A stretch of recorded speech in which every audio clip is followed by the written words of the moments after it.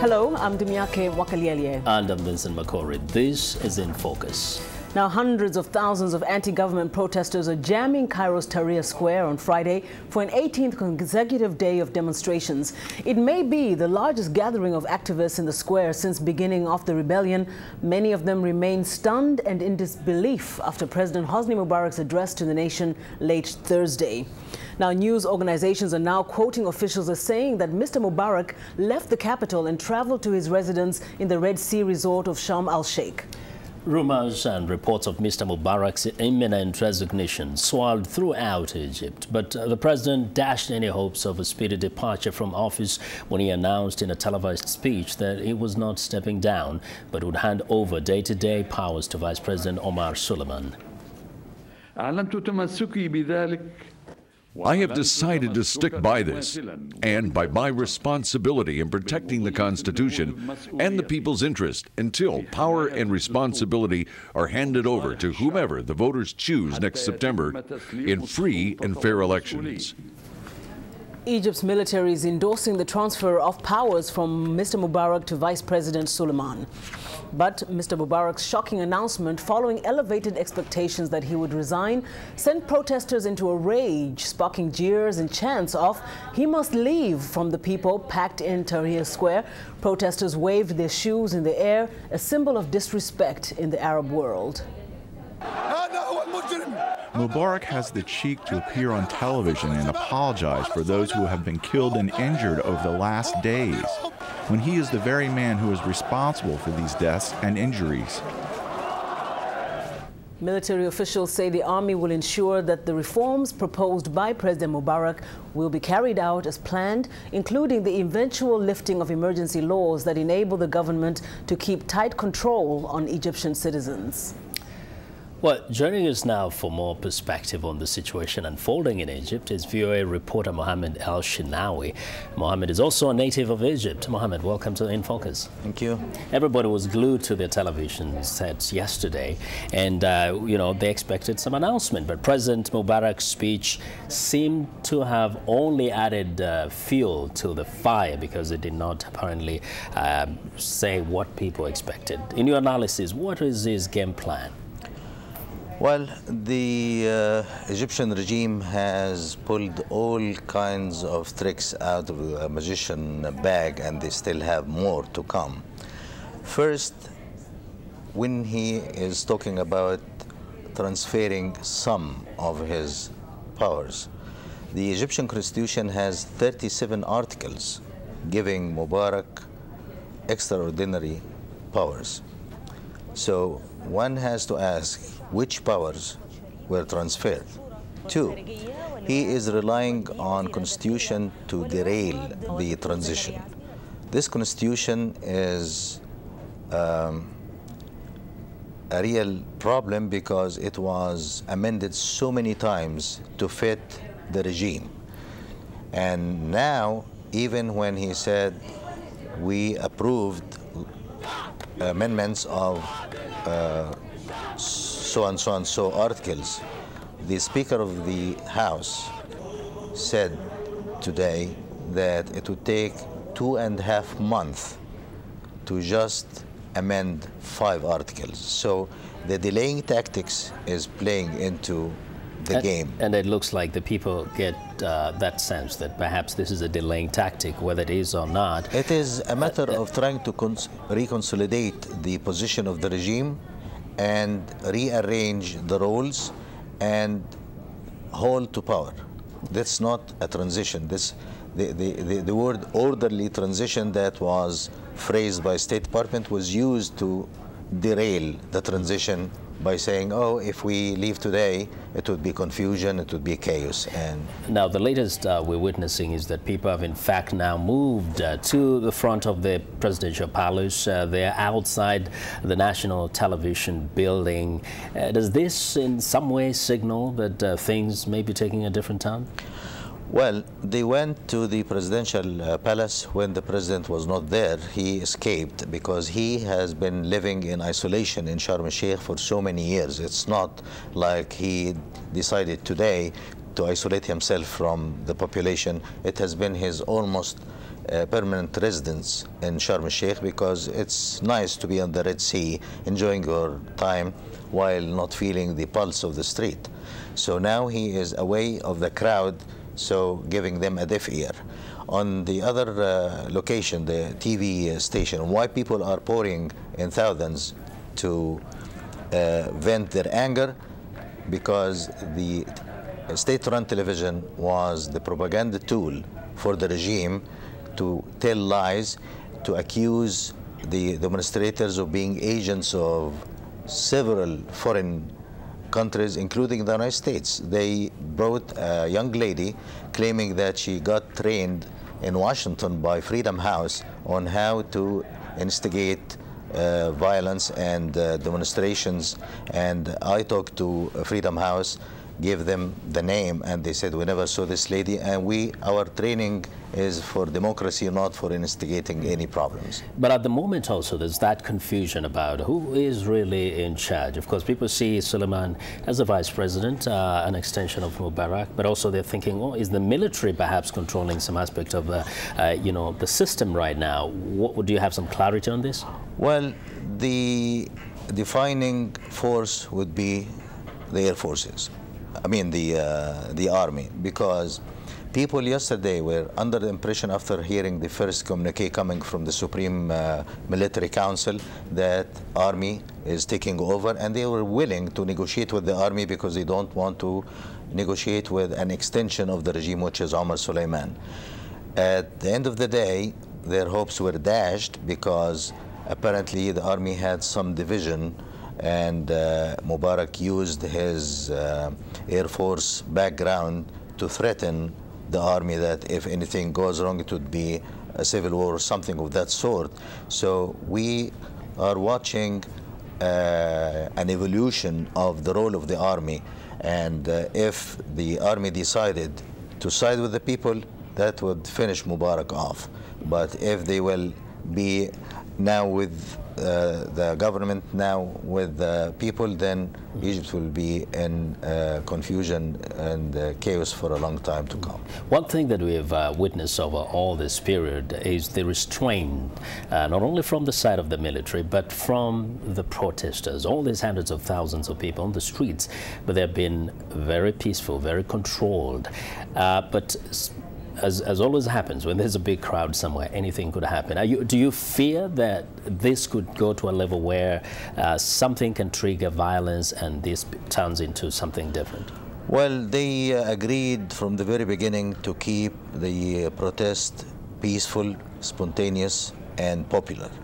Now, if you are trying and you exhaust your ways of peaceful protestation and demonstration, and that the government is giving you a deaf ear, that would repeat the scenario that President Sadat did in 1981 when he had this kind of protest. He imprisoned 1,200 leaders that represent far right to far left, and he was assassinated 33 days after this decision. So what the regime is doing now is pushing people to be radicalized, and I hope they will not resort to force, because that would be a very dark page in the Egyptian history. From what you hear, other than just saying, I have quit the presidency, I've stepped down, is there anything Hosni Mubarak can do right now to appease the people, to make them just go home? Well, he reached a stage that people resent his presence. They don't want him to be attached to Egypt. But he is returning that request by saying, I was born in Egypt, I will die in Egypt.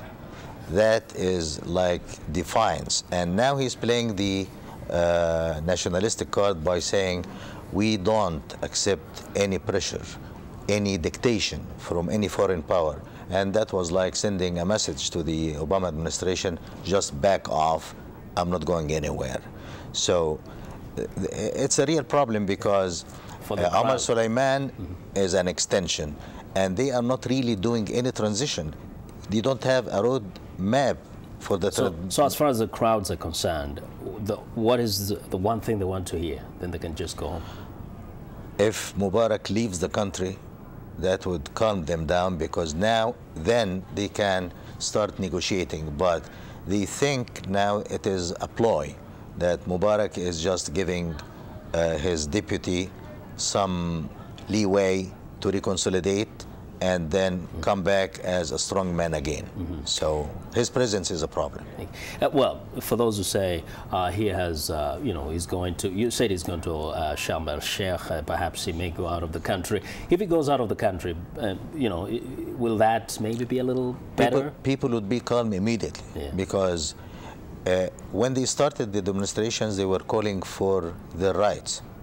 When the crackdown was committed and they believed that Mubarak was behind, then they start talking about Mubarak has to leave. Then when they continued the pressure using thugs, then they said the whole regime should go. Now it's escalation of maximal positions on both sides. The government said, as long as you are in streets, we cannot do any transition. And the demonstration participants are saying, as long as Mubarak is in power, we cannot negotiate. So it's conflicting positions that has to be reconciled, but Mubarak's departure is the condition to start moving toward a peaceful resolution of this. Yeah, and we're getting some updates from Egypt. It looks like Vice President Omar Suleiman has announced that President Hosni Mubarak has resigned. Are you surprised? Looks like that's news that I think that's pressure right from the army, and that would solve a lot of problems, really. So from your analysis, if indeed it is like that Hosni Mubarak has resigned and has stepped down, that solves or calms the people today, even if Vice President Omar Suleiman remains to be the guy in control. Yeah, but unless they show concrete steps toward transition, people will not leave the street. So that's a very good start that Hosni Mubarak would resign, because that was the urging demand that didn't fade away throughout the 20 days. Yes, but then there's that question. Then, if he goes away, who steps in? Because some people are saying that the vice president is in charge right now, but apparently he's not as popular anymore, because he has said a few things that people didn't like. And just looking at the images from Egypt right now in Cairo, let's just observe those images. People look like they are celebrating. They are jubilant. It's kind of because different. That's and their goal being achieved now, after all the sacrifices, the blood. How many days today since this demonstration? This is the 20th day. 20th day. The situation. So from what we're seeing coming out of Egypt, the people are jubilant because there's been an announcement by Vice President Omar Suleiman that President Hosni Mubarak has resigned. Earlier on, he had been reported to have left his presidential palace to Sharm el-Sheikh. Apparently, he was on the way out. I would think that Sharm el-Sheikh was just a springboard to go outside the country. Yes, and therefore we can say that this is a very important day for the Egyptians. Would you say this would be a historical moment for the Egyptians? Yes, because a peaceful demonstration pushed the dictator out of power. This is a historic moment. This never happened in the history of Egypt or in the history of the Arab world. What do you think this will send? What kind of message will this send to the rest of the Middle East? Well, it was interesting that some backward regimes like in Saudi Arabia and in the Gulf were urging President Obama not to push for Mubarak's departure before he finishes his presidential term, and that shows they were shaken by the fact that Egypt could send their own people to the streets asking for similar kind of reform. But the crux of the matter would be how the reform would take place in Egypt. Yes. If it is a fake one, like it was appearing over the past few days, then people would look to Egypt as a wrong model. But if the people kept their pressure and had a peaceful transition to a real democracy that would be lasting in Egypt, that would be a role model for every other Arab country, and we'll see a ripple effect that will take place over the Middle East. It's such a quick turn of events. I mean, it was only yesterday when Mubarak showed the impression that he's digging in, he has no intentions of leaving. A few hours later, it's not even 48 hours, then we get this announcement that he has resigned. Do you think that this came from perhaps internal pressure, or some external pressure might have played part in this? Well, both, because before we came here, I heard that the Egyptian defense minister was talking to the American defense minister, and I heard also that the chief of staff of the Egyptian army was asking the armored division number 4 to come around Cairo. So that was like a tactical move to tell Mubarak, I have the power and you'll be forced out, so you better resign. Yes. And let's bring in my co-host, Ndimyake. You know, it's amazing how many times do you get to be actually on the set live when something like this happens. This is a revolution, as many people have been saying. I want to twist a little bit and get not your reporter's perspective, but your personal perspective. You're an Egyptian, and you've been watching this regime for as many years as so many people. Hearing, as you're hearing now, that Mr. Mubarak has stepped down because of pressure of the Egyptian people, how does that make you feel? It's a historic moment that I've been waiting for 30 years to see. So I can't tell you how happy I am to see this happening, but I'm still looking for concrete change on the ground that would prove that the sacrifice of the young people of Egypt in Tahrir Square and elsewhere is paying off, and Egyptians would have what they have been looking for decades, because 30 years of a dictatorship made Egypt adopting corruption as a way of life, and that was never the case. When I was watching people behavior in Tahrir Square, I was crying because they were so civilized. They showed the real good traits of the Egyptian people, how they were cooperating, how they were coexisting. The government was driving a wedge between Muslims and the Christians. We saw the Muslims performing Friday prayers and the Christians are guarding their backs. And on Sunday, they changed the roles. Christians were praying and Muslims were protecting their backs. We saw the people raising the Quran, and next to them, people raising the cross. That's the real Egypt that we were deprived of enjoying for 30 years, so it's a victorious moment. You know, some time back, some analyst said that, in fact, Egyptians for many years appear to have been suffering from fear. And that is why perhaps things have gone on for that long. That's what he was saying. But looking at especially this multitude of young people coming up, coming out, but very peacefully, for you, would you say that it is those youth, the youth that have given the population of Egypt that courage, the courage to say enough is enough? Actually, without these courageous groups of youth, Egypt could have been still living in the dark age of Hosni Mubarak dictatorship. They were the ones that went out saying enough is enough. The ordinary people in Egypt were accusing the young generation of being, oh, they are the Facebook generation, they listen to pop music and they are not nationalistic at all. They don't have this loyalty to the Egyptian dreams. They were proven wrong because they were the ones that energized the whole population. They started Tahrir Square, all the faces were young people. Now you go and see the whole the older generation.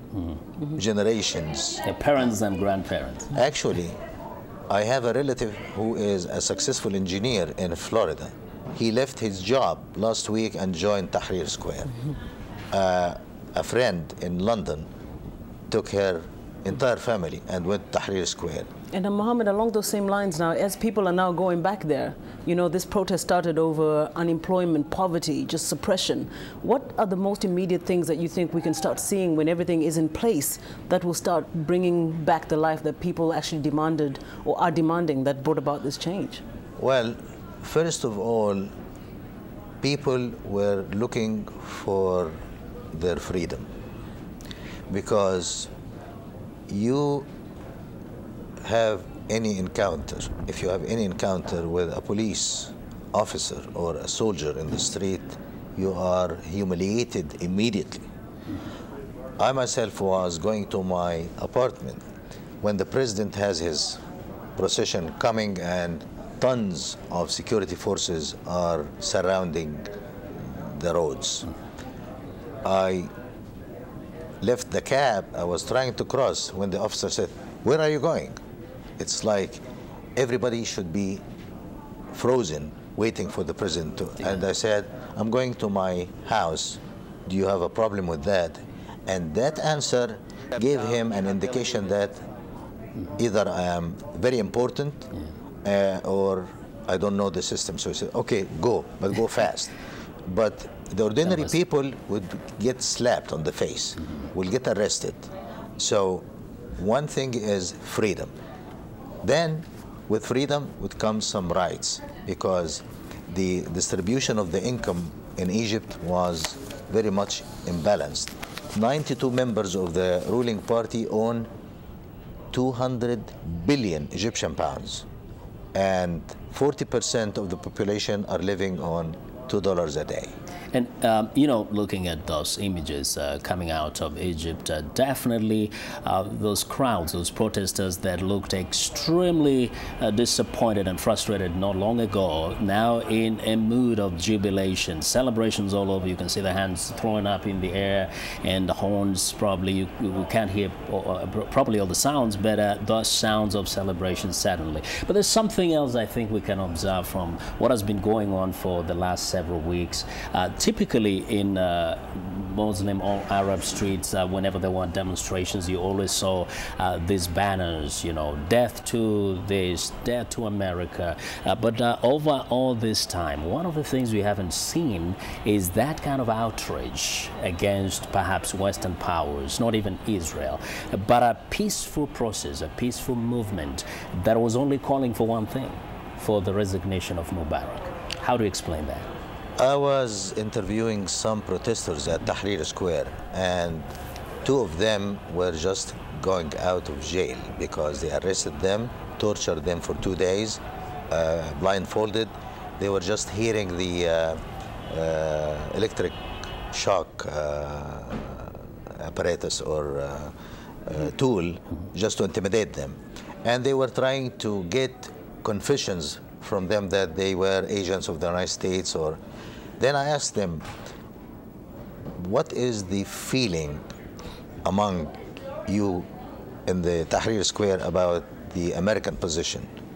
And they said, we don't care what America says or does, because we are the people. We are the leaders, and we will decide what would be the future of Egypt, and it's not up to the US. So that said, the regime tried to play the anti-American sentiment by saying that Freedom House was behind this. People came out and said, we are not organized except by ourselves. And one of them told me that when he was asked by the interrogator, you were getting $50,000 from the American government to instigate this, and they said, search me, I have 40 Egyptian pounds in my pocket, and when we were demonstrating, we were suffering from severe cold and hunger, and when a sandwich was 3 Egyptian pounds a piece, we didn't have that much money, so we shared the bread. So that was not a successful trial to use the American influence or try to make people angry from Israel or the United States. It is a nationalistic movement that would like to just fight for their rights. I want to jump in there. I think we have very limited time left. It seems as though from the reports we're getting now the military has taken over. Yeah. What does that mean, essentially?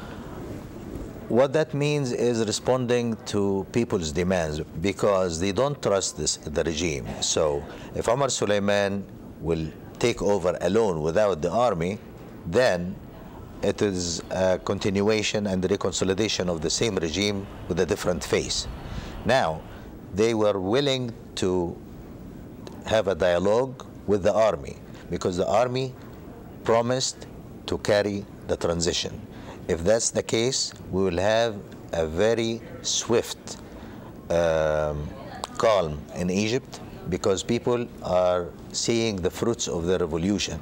They are seeing that what they fought for is being attainable, and it's a matter of time. They can wait, and actually they are considering 1 year transition, but it should be with concrete steps that would make them believe that it is coming. It's not like broken promises as President Mubarak tried to do for so many years.